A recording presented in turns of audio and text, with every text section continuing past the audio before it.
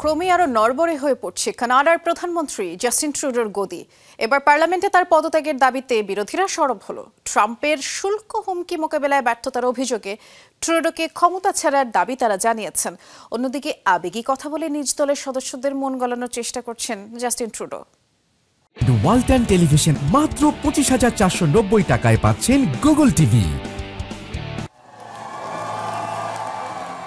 দুঃসময় যেন পিছু ছাড়ছেই না কানাডার প্রধানমন্ত্রীর। 9 বছর দায়িত্ব সামলেছেন, কখনোই এমন টানাপোড়েনে পড়তে হয়নি জাস্টিন ট্রুডোকে। তবে এবার যুক্তরাষ্ট্রে ক্ষমতা বদলের আগেই ডোনাল্ড ট্রাম্পের বাণিজ্য যুদ্ধের হুঁশিয়ারিতে টালমাটাল অবস্থা তার প্রশাসনের।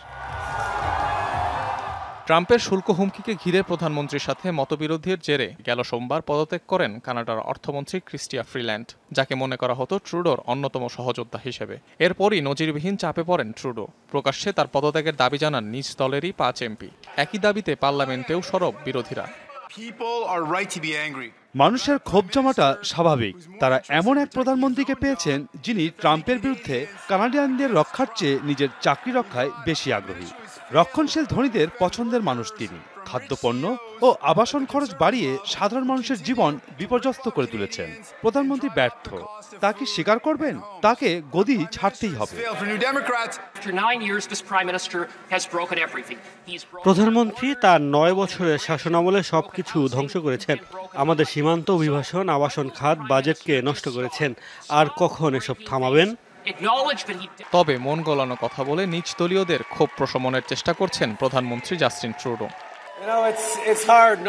লিবারেলদের মতো একটি দলের সদস্য হয়ে অসুখী থাকা কঠিন, কেননা এটি অনেক বড় একটি পরিবার। অন্য সব পরিবারের মতোই আমাদের মধ্যেও ঝগড়া হয়, আবার তার সমাধানের কোনো না কোনো উপায় বের করেও ফেলি।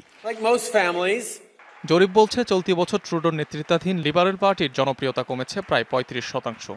এমন পরিস্থিতিতে পদত্যাগ করে আগামী নির্বাচনের ডাক দিতে হতে পারে জাস্টিন ট্রুডোকে, এমন ধারণাও করছেন কোনো বিশ্লেষক। অনিক রহমান, যমুনা নিউজ।